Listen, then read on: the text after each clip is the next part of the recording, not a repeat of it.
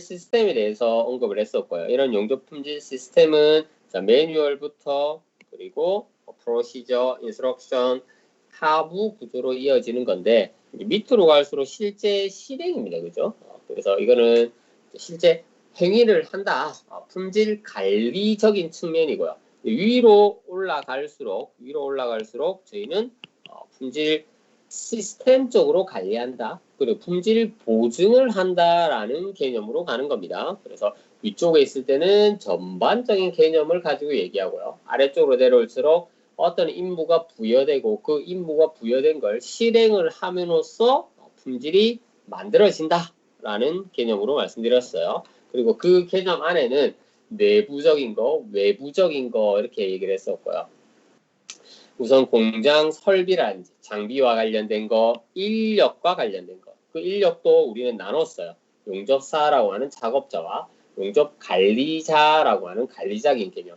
이 관리자의 개념을 가지고 저희는 이제 뒤에 풀어나갈 거다라고 했습니다. 그래서 이 관리자가 해야 될 임무가 무엇이고 어떤 사고를 가지고 하셔야 되는지 말씀드렸습니다. 이 관리자라고 했을 때는 용접 품질을 제대로 잘 얻기 위해서는 우리 엔지니어링 쪽으로 한번 생각을 해주셔야 된다고 했어요. 그래서 재료의 적합성이라든지 공정의 가능성이라든지 구조의 안정성 측면에서 한번 봐주고요. 이런 것들을 유기적으로 저희가 선택을 하고 적용을 하실 수 있더라라고 말씀드렸고요. 그리고 이 품질 경영 시스템에 있어서 ISO 9001이라고 하는 게 기본적인 틀이다라고 말씀드렸는데 이 기본적인 틀은 PDCA라고 하는 이제 계획, 실행, 검증, 개선 이 사이클에 따라서 이루어지는데 이 사이클은 ISO 9001의 각 항에 따라서 만들어진다고 했습니다. 근데 그 항 안에서 가장 중요하게 할 수 있는 게 5항일 거예요. 아마 5항 리더십과 관련된 거. 품질 경영 목표를 잡고 그 목표를 잡는다는 건 우리가 어느 만큼의 만족을 얻을 건지 이런 거잖아요. 근데 여기에 대한 품질 경영 시스템이라고 하는 거는 전반적인 서비스에 대해서 다 들어갈 수 있다고 했어요. 하지만 저희가 사용하고 있는 용접이라고 하는 것들은 특수공정이라고 했고 이런 특수공정에 있어서 이런 시스템적인 관리의 세부적인 사항은 ISO 3834에 따라서 이루어진다면 용접공정의 품질 요구사항을 확보하고 품질을 우리가 가져갈 수 있겠더라라고 말씀드렸던 거였어요. 그래서 인력적인 관리, 절차적인 관리, 재료, 그리고 검사 평가, 그리고 안전 보건에 대한 것까지 다 포함이 된다면 우리는 양호한 품질을 얻을 수 있다라고 얘기를 했습니다.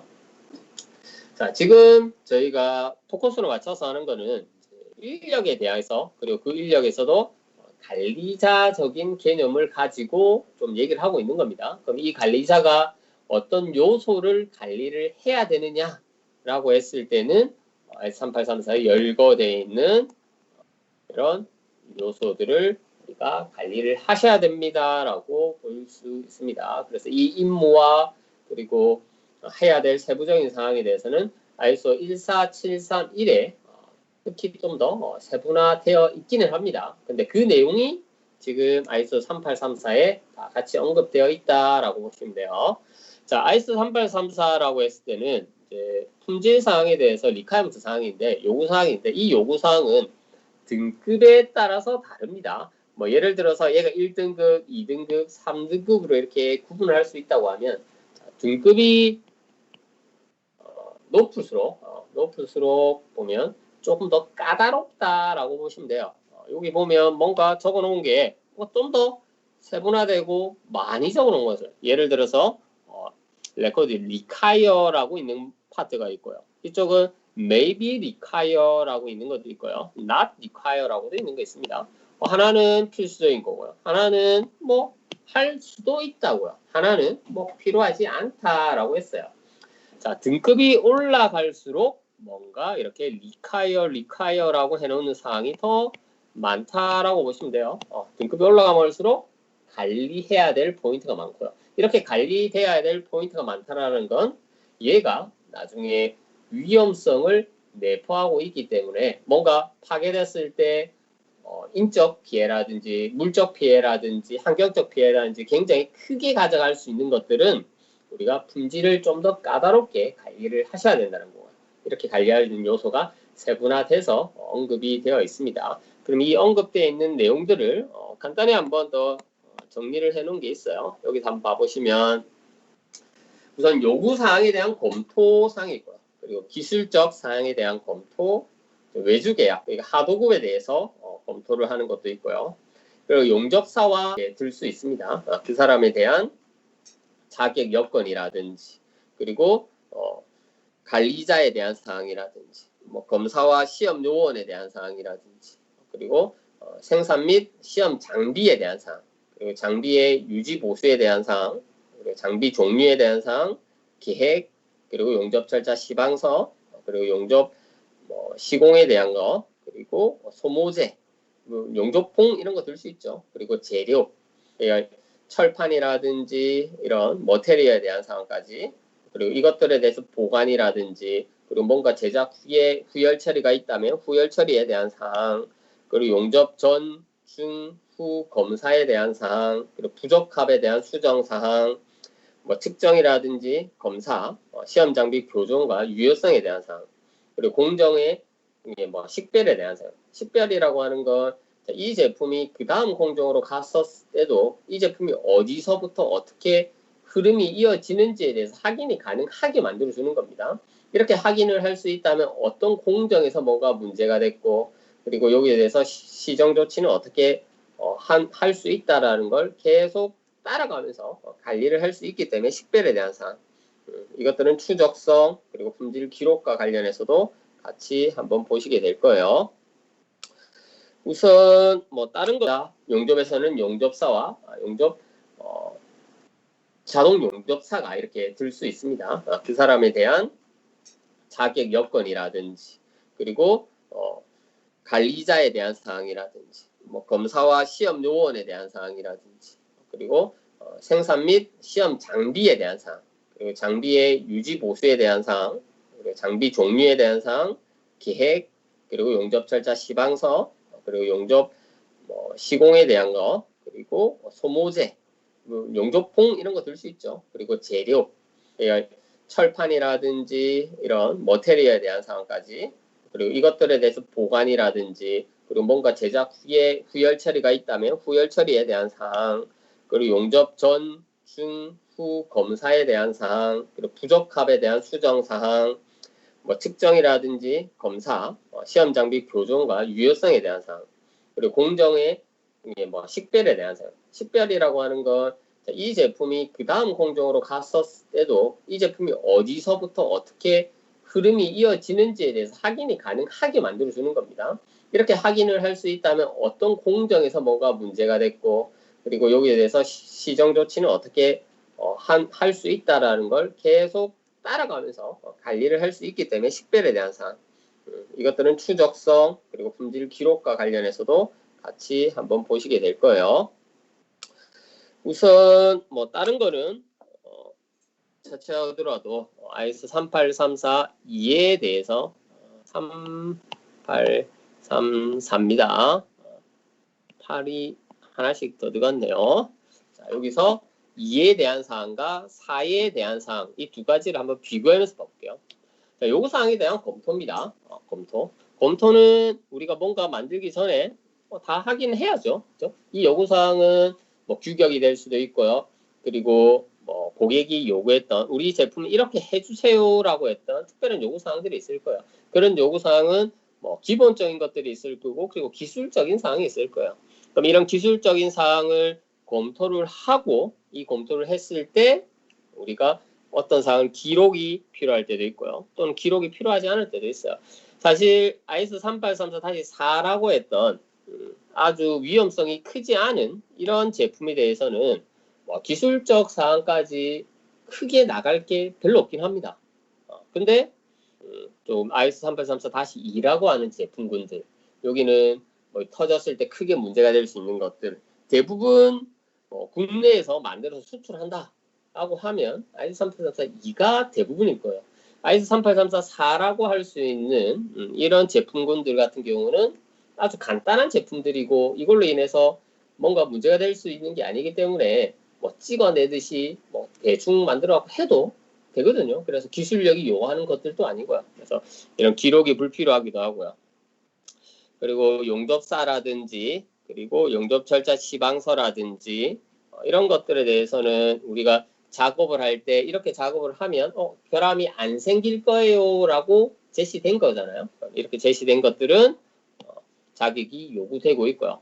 그런데 용접 절차 시방서 같은 경우는 ISO 38342에서는 요구되고 있고요.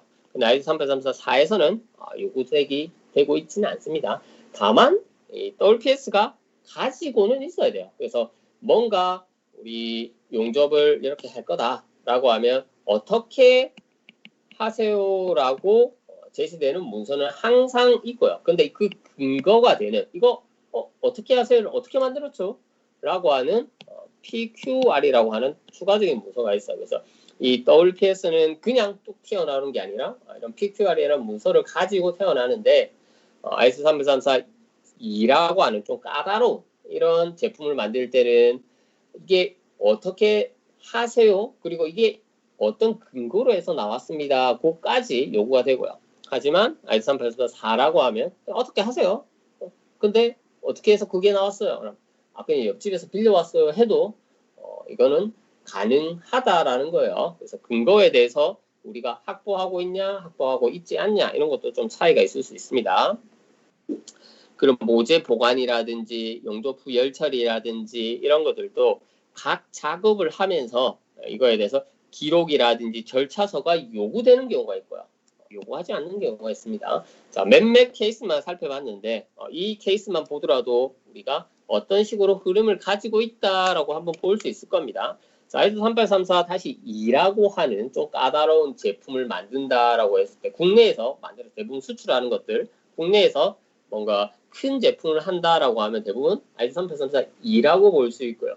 이 2라고 했을 때는 요구사항에 대해서 검토뿐 아니라 기술적인 사항까지도 우리가 고려를 해야 되는 거예요. 이런 기술적인 사항은 그냥 이거 뭐지? 라고 끝날 게 아니라 아까 앞서 얘기했던 엔지니어링 관점 저희가 재료의 적합성과 공정의 가능성 그리고 구조의 안정성 측면에서 기술적 사항을 검토하고 그 검토 사항을 기록을 해놓고 적용을 충분히 해주셔야 되고요. ISO 384-4는요. 굳이 그런 것까지는 요구되지는 않더라라는 거였고요. 그리고 뭔가 기록을 하고 그 기록에 한계에 있어갖고 추가적으로 우리는 근거가 어떤 근거로 해서 나왔다라는 것까지 확보를 할 필요가 있다는 겁니다. 뭔가 작업 지시를 했으면 이 작업 지시를 어떻게라고 처음에 얘기할 수 있겠지만 이 어떻게가 왜 무엇을 근거로 그까지 언급이 될 수 있다는 거예요. 뭐냐? 뭔가 파괴가 일어나고 사고가 일어났습니다. 사고가 일어났는데 그 사고에 대한 원인까지 우리는 찾아갈 수 있어야 되고 그 찾아가기 위한 세부적인 조치는 이게 근거가 뭐에 따라서 했기 때문에 우리는 만족한다 혹은 뭐가 잘못됐다 이런 것까지 다 기입이 되어 있어야 된다라는 거. 그래서 조금 더 좀 까다롭게 진행이 된다라고 보시면 될 것 같아요. 이런 것들을 다 만족한다면 아까 말씀드렸었던 ISO 3834에 대한 품질 기준, 인력에 대한 거, 그리고 절차서에 대한 거, 재료에 대한 거, 검사 평가에 대한 거, 안전 보건에 대한 거 이런 것들을 만족하고 좋은 품질을 가져갈 수 있겠다라고 말씀드릴 수 있겠습니다. 자, 다음 파트에 보실 게 이제 용접 관리자입니다. 자, ISO 14731에 있는 내용인데 용접 관리자는 적절한 지식을 가지고 우리가 만족스럽게 제품 제작 과정을 수행할 수 있어야 됩니다. 그래서 이 적절한 기술과 만족할 만한 수행 능력을 검증시킬 수 있게 해야 되고요. 그런 검증은 이 사람이 가지고 있는 자격 요건에 따라 조금 분류할 수 있다라고 보시면 되고요. 그 분류는 포괄적 기술을 가진 요원, 그리고 특별한 지식 기준을 가진 요원, 기초적인 기술 지식을 가진 요원, 이 세 가지로 나뉘게 돼요. 자, 아까 앞서 3834-2, 3, 4가 있다고 했어요. 자, 4 같은 경우는 아주 까다로운 제품은 아니라고 했었고요. 3이라고 했을 때는 어느 정도 2라고 했을 때는 좀 까다로운 이렇게 볼 수 있습니다. 그럼 이 제품을 만들 때 누가 관리를 해야 되느냐라고 했을 때 자, 포괄적 기술 지식을 가진 요원이 우리 IS 3834에 요구하는 쭉 나오는 그런 요구사항들을 모두 다 만족시켜야 되고 관리를 이루어져야 됩니다. 하지만 4라고 하는 이런 제품군에 대해서는 기초적인 기술 지식을 가진 요원이 이제 여기서 요구하는 요구사항들을 만족시키면서 작업이 이루어지면 되거든요. 그러면 기술적인 수준 혹은 경험적인 수준은 자, 위로 올라갈수록 좀 더 높다라고 보시면 되겠죠. 그죠? 그래서 용접 작업에서 모든 임무와 책임의 계획, 실행, 감독 이런 것들을 수행하기 위해서 풍부한 기술적인 지식이 요구되는 용접 관리자를 포괄적 기술 지식을 가진 요원이다라고 얘기를 하고요. 그리고 특별한 기술 지식을 가진 요원 같은 경우는 수행하기 충분한 정도의 지식이 요구되는 용접 관리자라고 얘기를 하고요. 그리고 기초적인 기술 지식을 가진 요원이라고 하면 뭐 단순하게 용접되는 구조물뿐만 아니라 뭐 좀 제한된 이런 기술 분야에 적용할 수 있는 이런 제품들을 만들 때 기초적인 기술 지식을 가진 요원이 투입되고 저희는 분류를 3834-4에 요구하는 기술적인 요구 수준을 만족한다라고 얘기할 수 있을 것 같습니다. 자, 정리하면 ISO 3834 2, 3, 4로 나뉘게 되고 2라고 했을 때 좀 더 까다롭다라고 볼 수 있고요. 그리고 4로 가면 이제 점점 수준이 낮아진다라고 했습니다. 그러면 2라고 하는 조금 까다로운 제품을 만들 때는 기술적인 지식이 풍부한 사람, 그리고 4라고 했을 때는 기초적인 기술 수준을 가지고 있고 만드는 제품에 대해서도 제한된 제품에 대해서 제작이 되더라라고 보시면 될 것 같아요. 근데 국내는 대부분 다 ISO 3834 2를 다 취득하시려고 하고 받으시는 것 같습니다.